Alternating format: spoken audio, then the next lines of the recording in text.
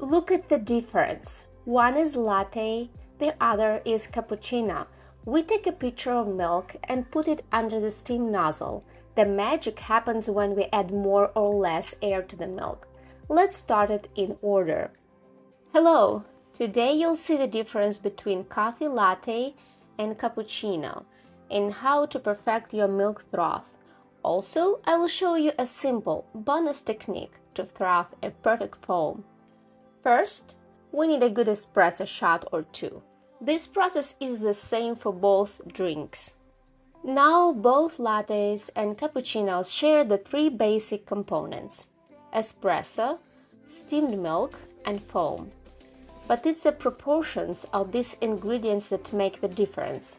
In the traditional sense, a latte consists of espresso, a generous amount of steamed milk, and a thin layer of foam on top. A cappuccino, on the other hand, is an equal trio of espresso, steamed milk, and a generous amount of foam. This creates layers.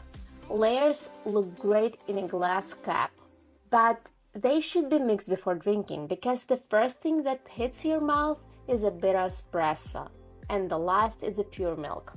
Today's coffee culture is changing. Lattes often have lightly frothed milk for a thin layer of froth, while cappuccino milk should be well frothed for a thicker layer. Thus, latte and cappuccino no longer have layers, but different amounts of froth result not only in differences in texture, but also in the strength of the drink, since more froth equals less milk in the cup.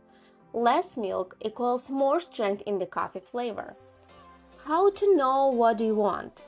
Since the amount of espresso and caffeine is the same, it is only a matter of preference. So if you want a sweeter drink, you need a latte because it contains more milk and less espresso flavor.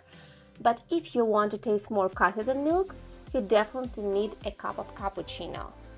Okay, to froth milk for latte, dip the nozzle tip a little bit into the milk.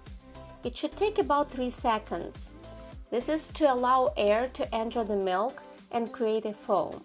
And then dip the tip deeper into the milk to heat the milk and stir it. Otherwise, you will get a lot of foam or just hot milk. Check the temperature of milk with your hand. When you feel that the pitcher has become hot, that is 1 or 2 seconds before the pitcher becomes too hot to hold, you need to turn off the steam. For a cappuccino, you need to position the steam nozzle slightly into the milk and hold it close to the milk surface for more than 3 seconds.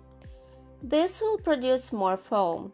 Then lower the nozzle into the milk to warm and stir the milk.